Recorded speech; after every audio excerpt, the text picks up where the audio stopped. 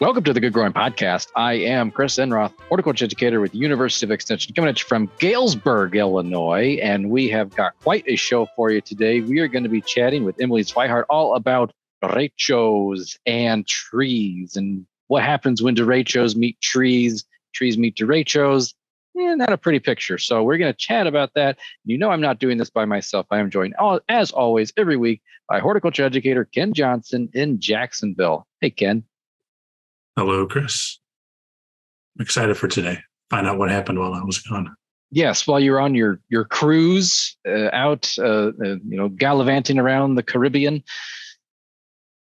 Yeah, got lots of texts intermittently saying, Jacksonville just got hit with a storm. Can't come walk your dog. I'll come later. But we had no idea what was going on. So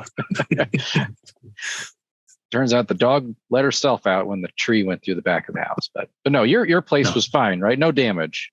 No damage. A few branches here and there. Can't say the same for some of my neighbors, but yeah, for our yard, we got lucky. Mm-hmm. Nothing major. We were in the same boat. We just had probably one fairly sizable branch come out of a white ash that was in our front yard. That's the only thing that required real power tools to dismantle. But otherwise we were good. So just a lot of little stuff to pick up. And I just sent the little ones out to try to do that. And that never worked out. So I did it myself later. But Ken, our colleague, Emily Swihart, she was also around during the derecho that just happened, but also there was another derecho that happened a few years ago in Iowa where she lives. And so let's bring Emily onto our show. Emily Swihart, horticulture educator up in the Quad Cities. Emily, welcome to the show. Hi, guys. Thanks for having me. Well, we are happy to have you. And Ken and I just swapped stories. Emily, did you see much damage that occurred with the most recent, I think they're calling it the Illinois derecho that happened the first week of July this year, 2023? We were pretty lucky up here in the Quad City area. We did not have much damage. I think we were on kind of the northern edge of it. And so luckily, most of our trees, and we got a lot of rain, which was needed. But we didn't have the sustained winds like you all did. And so we escaped some of that damage this time around. Yeah, it's only been a couple of weeks since that's happened. And I've almost forgot we were in the middle of a significant drought right before that happened. Immediately forgot all about it because we had so much kind of stuff to clean up, lots of power lines down. And then it just has kept raining now. Been kind of a regular rainfall. So feels like back to normal, at least summer-wise. But Emily, you also experienced a derecho a couple of years ago in Iowa, and so tell us a bit about that event. And let's share stories here. Yeah, sure. Wish we didn't have these stories to share, but since we do, we'll go ahead and share them. So my first exposure to the term derecho actually came in 2011. So my very early part of my career was working in Eastern Iowa, and there was a derecho that went through Benton County, was kind of the epicenter of it, Benton County, Iowa. Benton is one of the biggest towns there. I believe it's the county seat. But it's a rural part of the state. So I knew the term, it had been said, but it did not receive the coverage like other following storms would have. It seemed to just kind of emerge like as a new term in our vernacular. Like it wasn't, certainly derechos had happened before, but it just was not a weather event that we were familiar with. So witnessed that, the aftermath of that event. And like I said, it was more rural. So there were a lot of damage done to like woodland areas, riparian areas, trees in like creek corridors, broken off, snapped off, a lot of devastation in those natural areas. Communities certainly had damage, but they were smaller communities. And so we're able to kind of pull resources from different areas and recover. And like I said, just didn't get a lot of coverage. And then in the fateful year 2020, on August 10th, if dealing with the pandemic is not enough, Eastern Iowa was hit with, that infamous derecho. And I was home at the time, as most folks were, and remember being on a call with my colleagues, my work colleagues. One was in Des Moines, and we're good Midwesterners, right? We hear like storm sirens and we're like, probably just a false alarm, probably nothing to get excited about. Go to the front porch, see what's happening. Yeah. Really? Yeah. And so it was about 10 in the morning. We were on this call and she'd made a comment like, oh, the sirens are going off. And then it was shortly after where she kind of got that tone in her voice. It was like, I might need to log off this call. Like things are happening. And so she actually got off the call. Another colleague of mine was just north of Des Moines, and he'd already lost power. So he'd already been off the call. We didn't know that's what happened. But he'd already experienced some of those early signs of the derecho. It hadn't fully achieved like maximum velocity. And then it proceeded just really quickly move across the state. And so I could just see it on the radar, like hit all of my work colleagues. I was working in Iowa primarily at that time. So lost power, didn't fully appreciate what had happened because we were quite lucky. We didn't have too much damage. Our sunflowers got knocked over in the garden, which everyone was upset about because they were very, very tall. The 2 ash trees in the backyard that were failing were fine, surprisingly, just kind of a random, like I thought maybe for sure that those would have sustained some damage. A few branches fell out. The failing maple in my front yard, was fine. It was unclear. It was very unclear to me and where I was at immediately after that. There was such damage and devastation caused right away. It didn't take very long to figure out what had happened. Text messages started flying around, calls started happening, because where most of my colleagues were headquartered was in Cedar Rapids, and that was the epicenter of that storm. That's where it got hit the hardest, and they sustained winds of, I think it was over 140 miles an hour.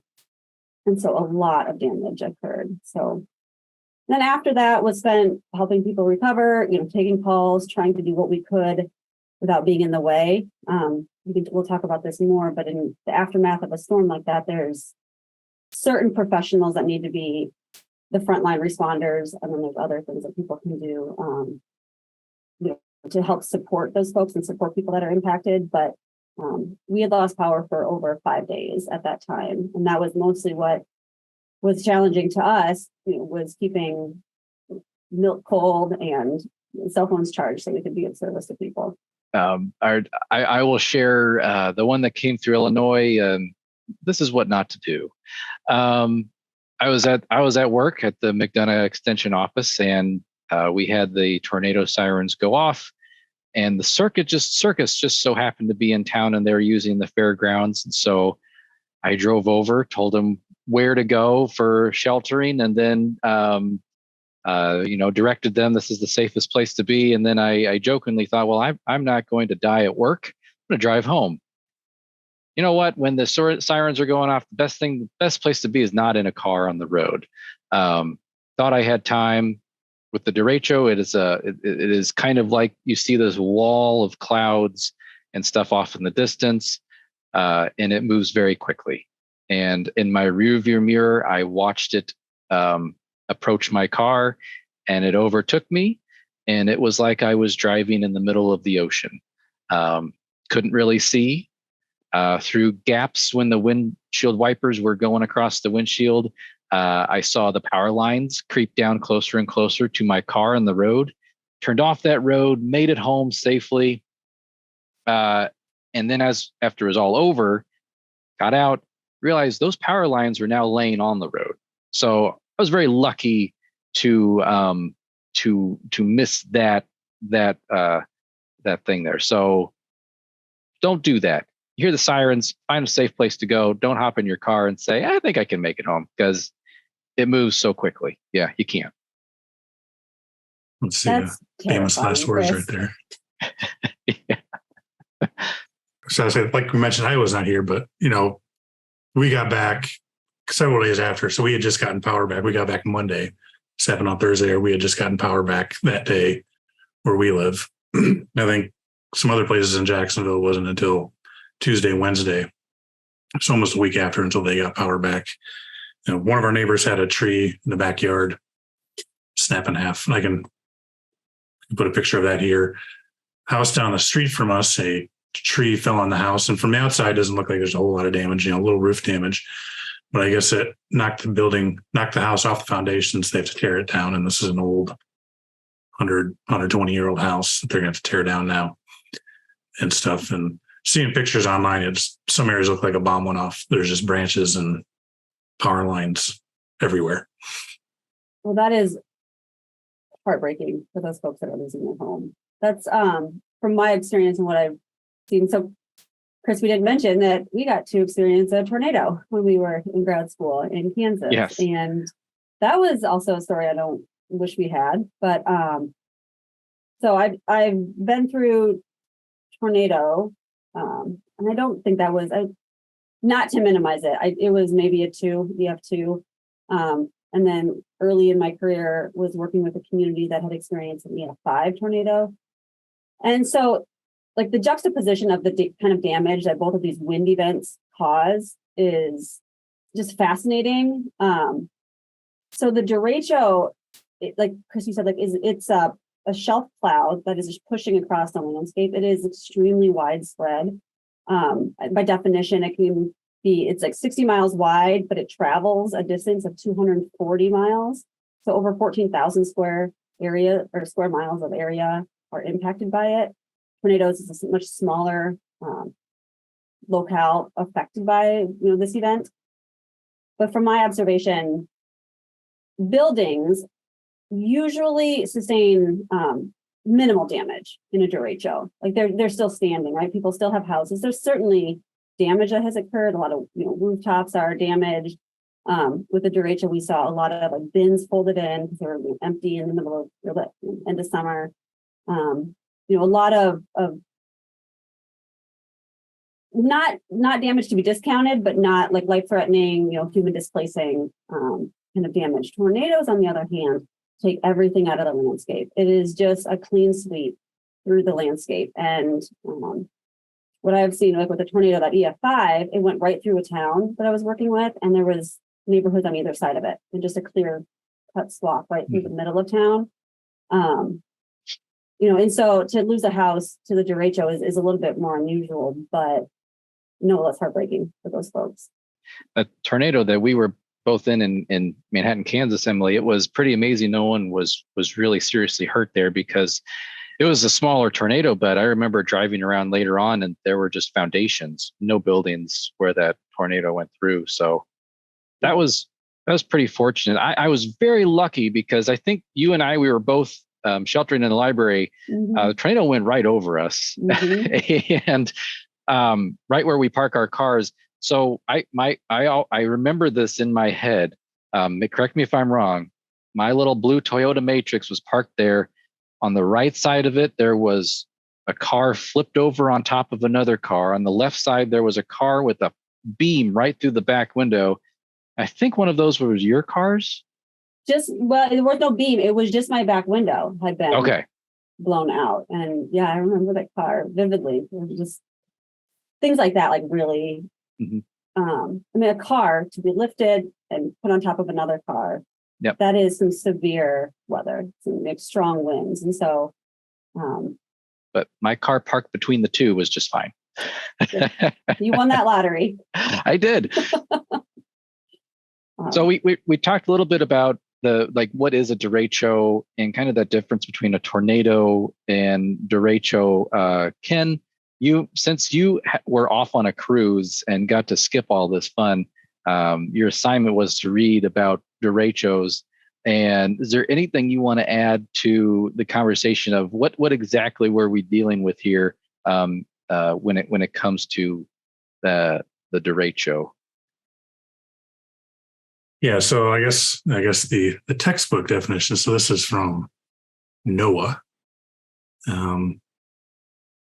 So is a widespread long-lived storm. Derechos are associated with bands of rapidly moving showers or thunderstorms, variously known as bow echoes, squall lines, or quasi-linear convective systems. It's a calculus term there, yeah. And by definition, The swath of wind damage extends at least 400 miles and is 60 miles wide. Includes gusts of at least 58 miles an hour along most of its length. It also includes several well-separated 75 mile an hour or greater gusts. Would qualify it as a derecho. And I think we were talking before the show, some places we're seeing 100 plus mile an hour winds for this last one that just came through. I think the Quad Cities reported that Hancock County, you mentioned, Emily, there's sort of this epicenter like Cedar Rapids and the Iowa one. Illinois looked like Hancock County was seeing about a sustained 120 mile per hour winds. My neighbor works for our local power co-op, and I didn't see him for a week. He slept in his truck, and they were in Hancock County because they had miles and miles of power poles just down in the middle of woods, in the middle of farm fields. So hundreds and hundreds of new power poles had to be installed. I think those folks there, they were without power some over a week. So that was tough there. And I think if we go way back into the old history books, a good old Iowa State University meteorological scientist, forgot his name, but he's the one who came up with derecho. University of Iowa. University of Iowa. Oh, sorry. Oh, well, never mind. That Don't make count. that mistake. Darn it. Never mind. I don't mind Iowa State University, but University of Iowa. Pitchforks are coming out now. Yeah. Yep. Sorry. So it was 1888, Dr. Gustavus Heinrichs, professor of physics. Oh, physics. Also from NOAA. I don't know all this off the top of my head. NOAA, National Oceanic and Atmospheric Association of America. I added that last part. Or administration. I don't know. Do we need to define our abbreviated names here? You probably should. That's what people tell me all the time. Administration. Okay. So talking about like what is a derecho, how it compares to tornadoes, and we've swapped some of our stories here. I kind of want to go through what happens after the fact, though. We've touched on this here with Emily. Now, but I wanted this podcast maybe at this point maybe to be a resource to folks that if they've experienced a significant wind event, no matter what it is, what are some things that we can do right after it happens, things to consider at cleanup. And I will just say, having just done this, chainsaws are scary. It's a very dangerous tool that anyone can just go buy and use. So I think chainsaw safety is an important thing to consider, because when we're dealing with these events and we first off, we protect ourselves during the event, then we come out, it's time to clean up. A lot of people are going to reach for that chainsaw. Even during some hurricanes in Florida, I saw that Home Depot was giving away free chainsaws to people, which terrifies me. But anyway, chainsaw safety is really important. I think it's a topic that it deserves its own, probably more than just a podcast. It's more of like an in-person, hands-on demonstration type class. Most chainsaw safety instruction has its own special insurance, requires a specific type of instructor. It is that dangerous of a tool. The only thing that's probably more dangerous is a ladder. And the only thing more dangerous than that is a ladder and a chainsaw. So standing on a ladder with a chainsaw, it's a big no-no. So things to consider in cleanup. Well, I'll add to that. I would say, yes, chainsaws are extremely dangerous and scary. Everybody use caution, wear the proper equipment, get trained, call a professional if you are even the slightest bit uncomfortable with operating a chainsaw. And then ladders, also that combination is terrifying. After a storm, you might also be having an experience where the wood that you're working on is like mangled or like under tension. And so if you are cutting wood, I've seen this happen where, a tree falls, there's still some of the root zone intact. And I can put a picture here of the tree that I'm thinking of in particular, which is the tree was located next to a driveway and a sidewalk, and the root zone had been, limited, and it just popped up, and it was still in the shape of the sidewalk and the driveway. So popped up. The opposite side of the root ball was still intact, and it had tension put on it. So think of like a longbow. If anybody is familiar with, like archery, that wood, you bend it. It's flexible, especially in green trees, green wood. It's still wet and can be flexible. So when you're cutting it with a chainsaw and you release, you hit that point that you don't quite know where it's at. You hit that point where it's going to then release, and it can flip back up or can flip back and cause a lot of human harm. And so really just be very careful. Be careful. So while our yard sustained little damage, our neighbor's yard, they did have a large chunk of their mulberry come down. And it was still hanging up in the tree. Most of the limb was on the ground, but it was still hung up in the tree. And so we slowly worked our way, cutting away the small stuff so that we could expose that point where that energy is loaded into the ground. And then even then, as we started slowly cutting up that bigger branch, it started to twist in ways we were not anticipating. That branch we didn't see it because it was way up in the canopy. We couldn't see that it was actually twisted as it was attached to that canopy. And as we took more and more weight off of it, that limb actually, instead of going down, it went up. And we weren't expecting that. And it turned on itself. And that's when, we're like, you know what, let's take a little break and we'll come back to this later, and kind of rethink this. So approach those jobs very slowly. And again, if you're at all uncomfortable doing this, wait for a professional to show up. So if there's power lines anywhere near it, on the ground or otherwise, don't do it. Don't touch it.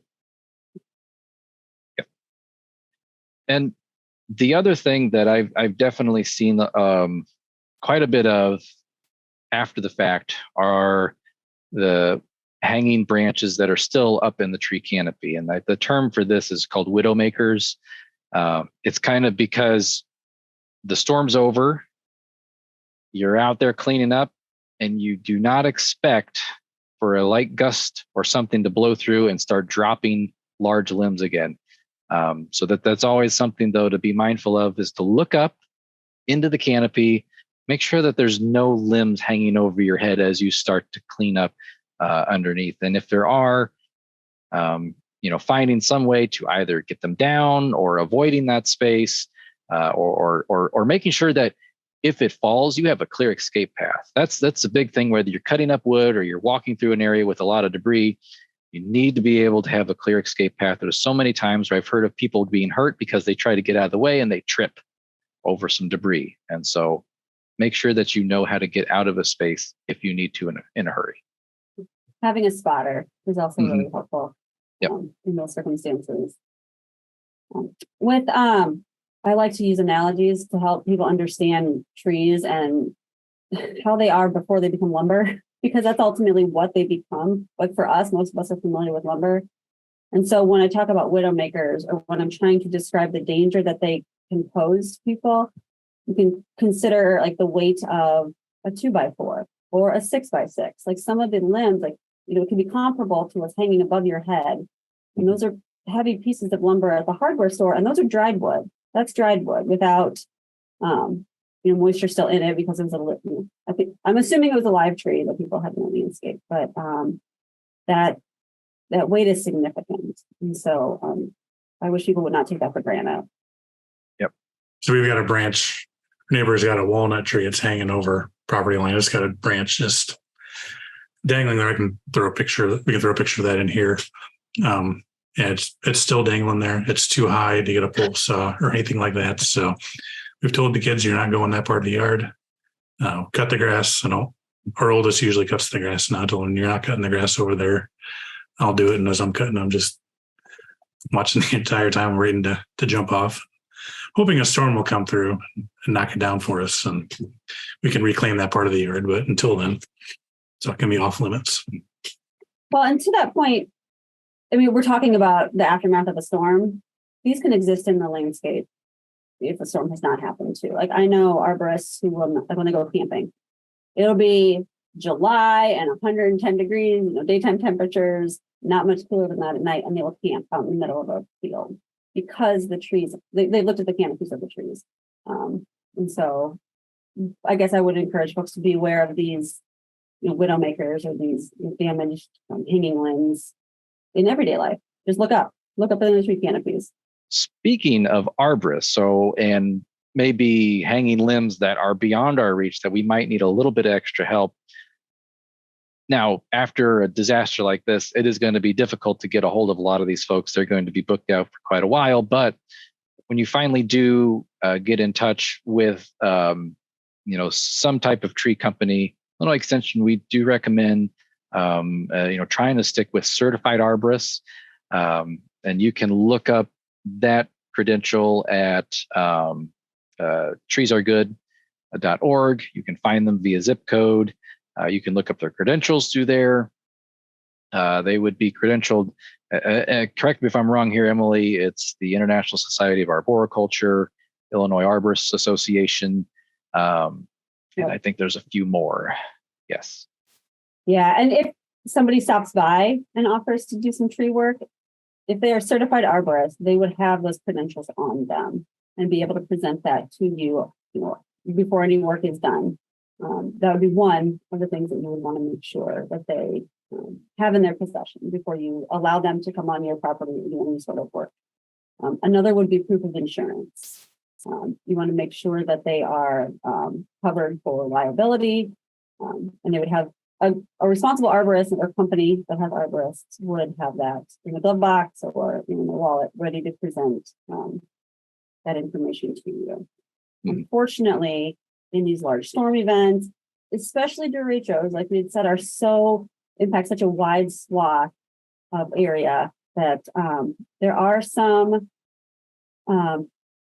unscrupulous, people that show up and try to, earn a quick buck, or maybe they're good intentioned, but just don't have the skills or the training to do the work in a safe manner or in a proper manner, because not only are arborists going to be able to help remove trees or remove limbs that are deemed to be, fatal or not able to conserve, they would also have the training to conserve trees, because in some cases you may not have lost. It might not have been total loss. It might have been there were just some loss of limbs or a few branches that need to be pruning cuts need to be made clean, or a variety of different scenarios can present themselves that don't always mean that one pruning cut at ground level is required.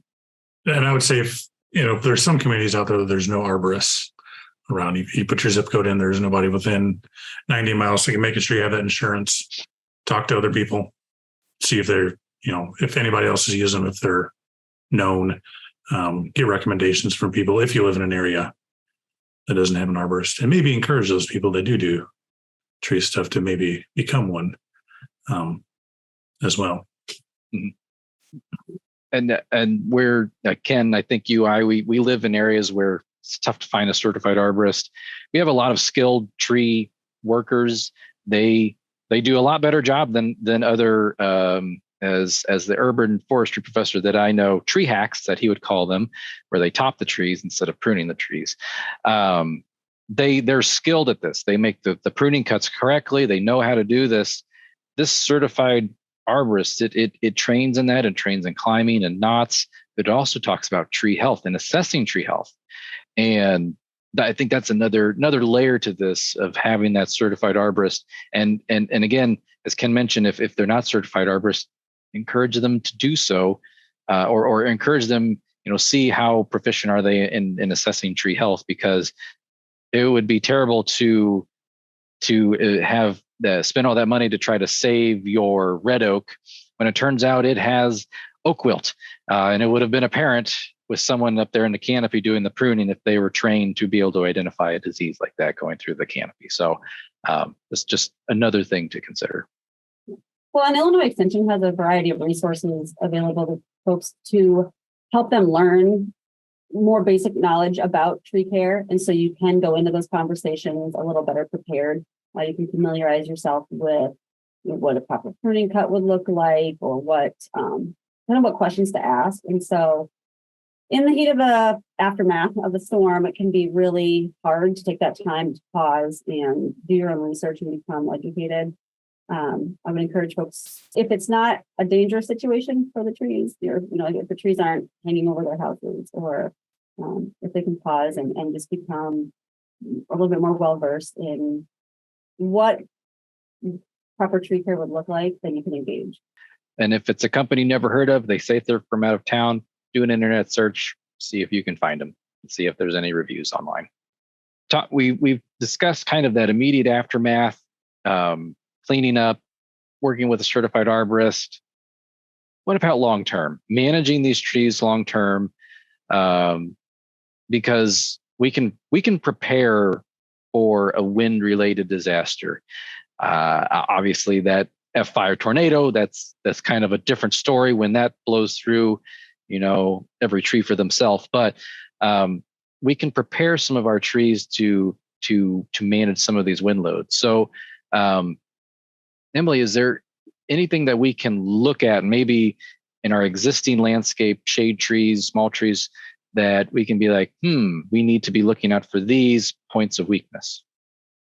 Yeah. So with trees and with most things in life, prevention is the best medicine, right? We want to rear our trees to be structurally sound, well balanced, have a healthy, good vigor, so that they're able to withstand, even if they do get damaged, they can compartmentalize potential decay that would be happening at those wound points. They'd be able to withstand and be more flexible when that wind load is being inflicted on the canopy. So with trees, especially as they're young, helping them develop a well-balanced form is going to help it's going to help mitigate your risks when a strong wind event happens. Maybe it's not a derecho. Maybe it is just a very strong thunderstorm that rolls through the Midwest. We have those, right? Trees develop with wind, and it helps them build strength and resiliency. So the wind is not the problem. It is oftentimes the sustained amount of wind, the age of the tree, the shape and structure of the tree, that all kind of compound to see how your tree is going to weather a storm. So while trees are little, most of their resources are being put into root development, and they're kind of flimsy and their tops aren't like overly robust. They're kind of just sending out, many are sending out shoots in all directions just to get some leaf material to feed the roots. And they're developing those recovering oftentimes from transplant and developing those wide-spreading root systems. Make sure your trees have enough root system and enough area to expand their roots. Like, that's what's holding our trees up. And I think it's especially hard in our urban environments to accommodate the root zone and make sure that there's enough space, and then the soil is adequate enough to allow roots to penetrate through, right? The compacted soils are going to, even if there's a whole block full of soil available, if it's a compacted soil, the roots are going to have a really hard time expanding into it. So when you're planting trees, when you have relatively small young trees, doing things to the soil to help make sure that those roots are developing. As trees age, they kind of shift their focus from developing the roots, and they kind of shift and become more canopy focused, a little bit more intent on actually creating leaf material. I don't think I need to tell you guys, trees are living beings. They do age out over time. And so it's a shifting of allocated resources. They have enough root system for the relative size that they are, or it's not going to be advantageous for them to keep expanding their root system. They have access to enough water, and nutrients, and then they are firm in their location, or they've maxed out the space that they already have. I'm thinking of like street trees. They just have so much space and they're there. And so then they shift to their canopy. What this means for us as managers of the trees is that smaller trees are more likely to break in wind events because they have not invested in that really hard, strong internal wood structure that older trees do, so they can snap. In particular, if like they are staked or tied, too tightly. I've seen a lot of trees just the trunk is still standing and the canopy has snapped off because a tie had been left on too long, or it had created a wound point, a weak point on the tree. And the wind took that sail, of a canopy and grabbed hold of it and snapped it off. Older trees are more prone to wind throw, where they would uproot because the top can withstand, and it's been growing and developing with wind, and it's been adapting to tolerate wind.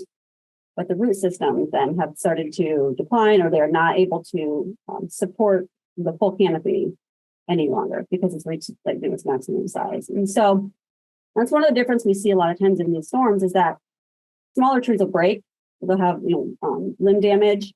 Older trees, unless they have really limiting structural, I'm thinking of like multiple branch angles. A lot of times you'll see larger trees, they won't even uproot, they'll just drop a whole limb, which is oftentimes fatal for the trees. But if it is a single leader, if it's got good structure, even older trees will sometimes, or are more prone to uproot. And so that's when the whole tree comes down. Prevention for that, or there's research that we're starting to see come out, especially with older trees, is what do you do to help minimize that impact? Like one of the previously assumed practices was to thin the canopy.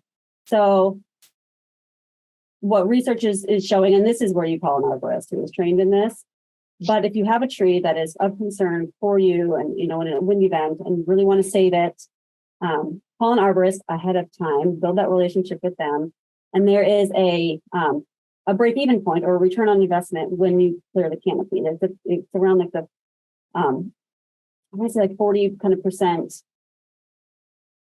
point where before that, you're causing more damage to the tree, like you're putting it at greater risk for wind throw, but then after it is actually helping to redirect and shift that wind pattern within the canopy so that then it can withstand. So this is not for the layperson. Honestly, like, I'm not even sure I understand the whole physics of it because that's what it is. But just know that there's emerging research and it's important to protect these trees in our communities because of the value that they give, as well as the damage that they can cause if they fall. And so that's one thing people can do is just call an arborist before these events happen. I equate it to kind of a checkup on your trees. If you have these routine visits from a certified arborist, it can help in kind of hopefully some preventative maintenance there when it comes to wind loads and things like that. And if you ever want to see two certified arborists get into an argument, just bring up cabling and bracing. And you will, as long as they're one's on one side of the argument there, the others are on the other, two differing things where, cabling, bracing, that's driving a metal rod sometimes to hold together a split trunk or tying a brace or cable around. That's fun. Yeah. Go to an arborist convention and just drop that and see what happens. The definition of fun is mine also, but I suspect that maybe it's not everyone's.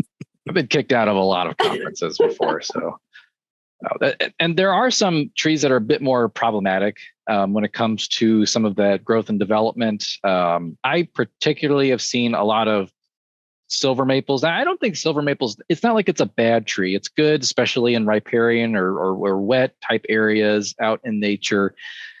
But boy, they planted a lot of those in the 50s and 60s and 70s. And right now, all of those trees, those silver maples are, they're done. They're ready to come out of the landscape. And I see a lot of failure happen with silver maples. Calorie pear, that's another one of those where I'm just like, I'm so happy for fire blight when it shows up and takes out a calorie pear, because then that person's not going to have to deal with half the tree dropping on their house. So the fire blight will just take it out for them.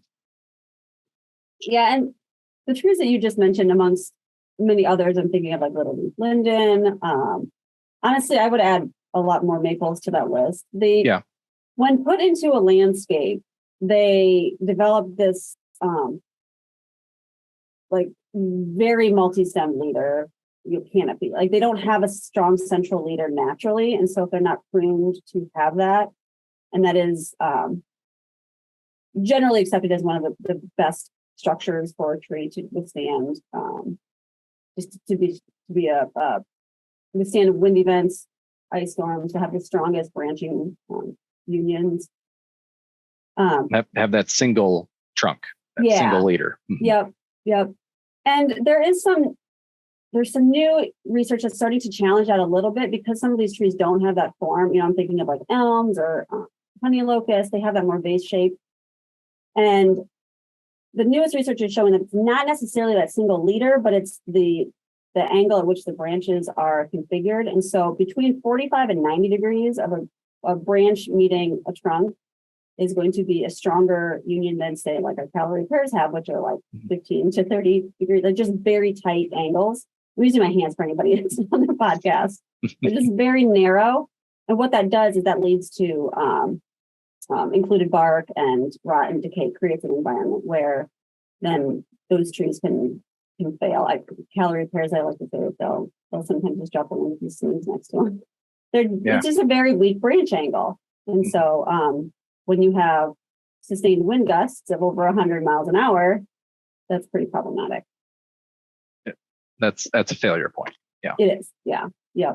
With when we go back to the prevention, one other thing I wanted to mention to folks is that when large storm events go through like this, and they've lost some trees, but maybe not all of their trees, long term, what you're going to want to do is you're going to want to observe the trees that remain, keep an eye on them, track their progress, track their health. One way that it is, my memory is not what I wish it was. So I like to take pictures of my landscape periodically. Seasonally would be great. If you would do it weekly, that's even better. Annually at minimum, so that you can see and record those changes over time. You can track if a tree is starting to show signs of stress, or if it's starting to fail, or if it's just not leafing out or growing at the rate that it maybe was before. And you can kind of see what's happening over the course of the next years of that tree's life. Then you can respond and be a little bit more proactive. When you lose trees, or when you change the landscape around a tree, in this instance, we're talking about the loss of trees. If you were to lose or take out a building next to some of your trees, you're increasing the exposure. And so those trees have not grown and developed being exposed to that wind. So, say a windbreak comes out and all of a sudden your maple is now being exposed to, strong winds coming across the landscape. That makes it more prone to failure or to suffer some negative consequences as a result of that landscape change. Same thing with the root zone. If you put in a driveway or you build a building next to a tree, any landscape changes can impact tree health. And so monitoring that, like I said, whether we have another derecho or not, I hope we don't. But, we do have wind in the Midwest, and we do have other storms too. We haven't talked about other types of weather events that would impact trees, but just watch your trees, take care of them. I think as far as derechos go, I think I saw a map where Illinois is in the 1 a year area. Typically have one every year somewhere. That's not great news. Oh, Ken, ouch. Yes. So Illinois, Indiana, Southern Missouri, Southern Wisconsin, Michigan is in the one derecho every year. There's parts of Arkansas, Missouri, Oklahoma that are 4 derechos every 3 years. Wow. In Iowa and a little further in that area, 1 derecho every 2 years. So this is on the NOAA website. We can put a link to that in the show notes, and you can look at that map yourself if you want. I need to start a tree care company.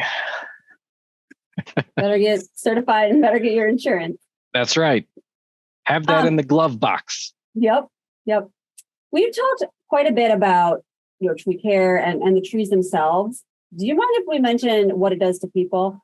Because especially after what I witnessed in Cedar Rapids and that extreme loss of trees, and this goes to derechos, but also like emerald ash borer, the loss of a lot of our trees that way.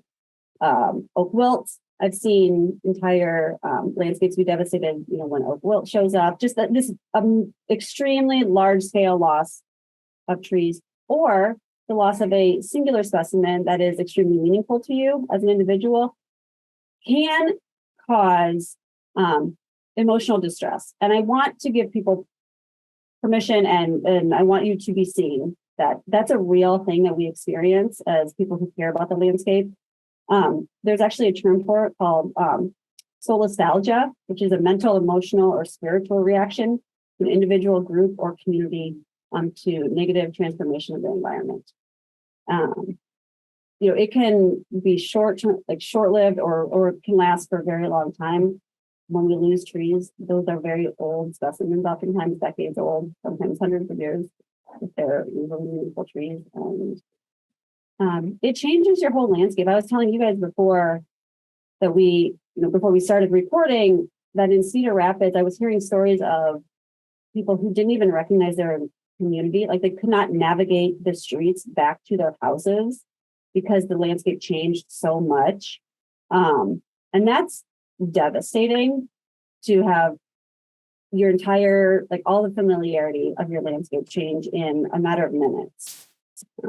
And so I don't want it to be, I guess I also don't want to end this podcast on a sad note. There's hope. Our landscape, and our trees and the ecosystem recovers and rejuvenates, and we can help it do that with tree planting efforts, by advocating for the community forests that we still have, by supporting all the land managers, becoming educated ourselves. There's a lot of things that we can do moving forward. But we also should acknowledge this. It can be really hard. There's a mourning period for some folks that I've seen. I've experienced these things that are really meaningful. And so that's a part of the derecho experience as well. That's a really good point.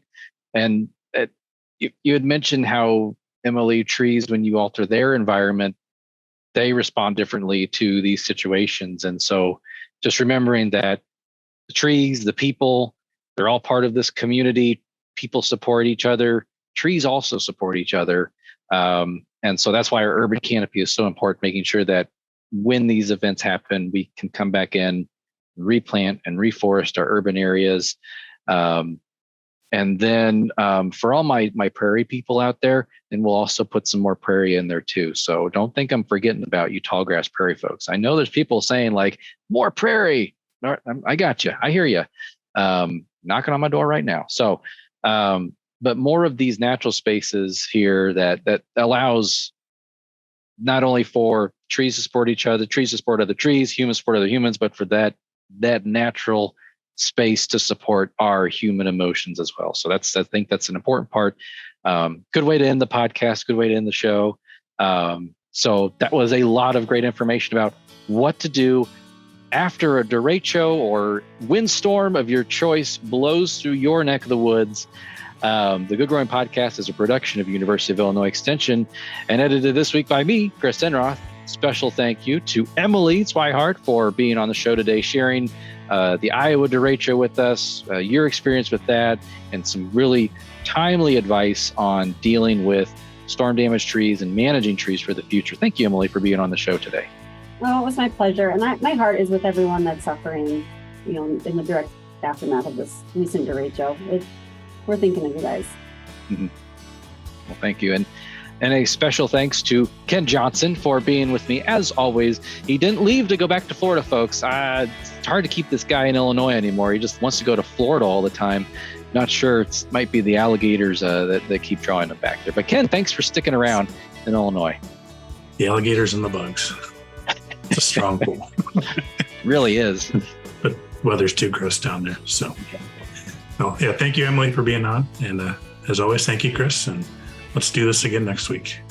Oh, we shall do this again next week. Ken and I have been inspired by our conversation today. Next week, let's talk about planting new trees, what to do, and what to prepare for 2024. It's going to be the year of the cicada, folks, and we have to get our newly planted trees ready for that. There's a big wave of bugs coming next year, so we'll talk about that next week. Listeners, thank you for doing what you do best, and that is listening, or if you're watching this on YouTube, watching, and as always, keep on growing.